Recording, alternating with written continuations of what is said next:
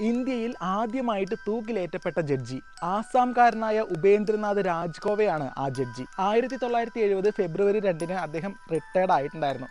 എന്നിരുന്നാൽ കൂടെ ജഡ്ജിക്ക് കൊടുത്തിട്ടുള്ള ആ ഒരു ബംഗ്ലാവിൽ കുറച്ച് ദിവസം കൂടെ താമസിക്കാനായിട്ട് അദ്ദേഹം ആഗ്രഹിച്ചു.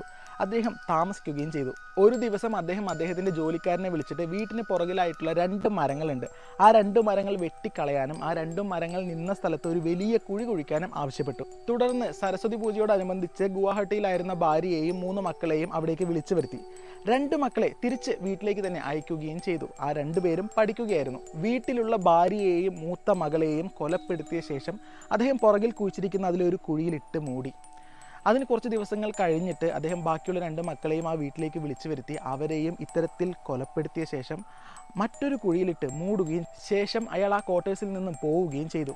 ഉപേന്ദ്രനാഥിൻ്റെ ഭാര്യ സഹോദരൻ ഒരു പോലീസ് ഓഫീസറായിരുന്നു. അദ്ദേഹത്തിൻ്റെ അന്വേഷണത്തിനൊടുവിൽ ഉപേന്ദ്രനാഥ് പിടിക്കപ്പെടുകയും ചെയ്തു. ശിക്ഷാവിധിയിൽ കോടതി അയാൾക്ക് വിധിച്ചത് വധശിക്ഷയായിരുന്നു. ഇടയ്ക്ക് 2 തവണയൊക്കെ ആത്മഹത്യ ചെയ്യാൻ നോക്കിയിട്ടുണ്ടായിരുന്നു, പക്ഷെ അത് വിജയിച്ചില്ല. എന്തിനു വേണ്ടിയാണ് അദ്ദേഹം ഈ കൊലപാതകങ്ങളെല്ലാം നടത്തിയതെന്ന് ഒരിക്കലും വെളിപ്പെടുത്തിയിട്ടില്ല.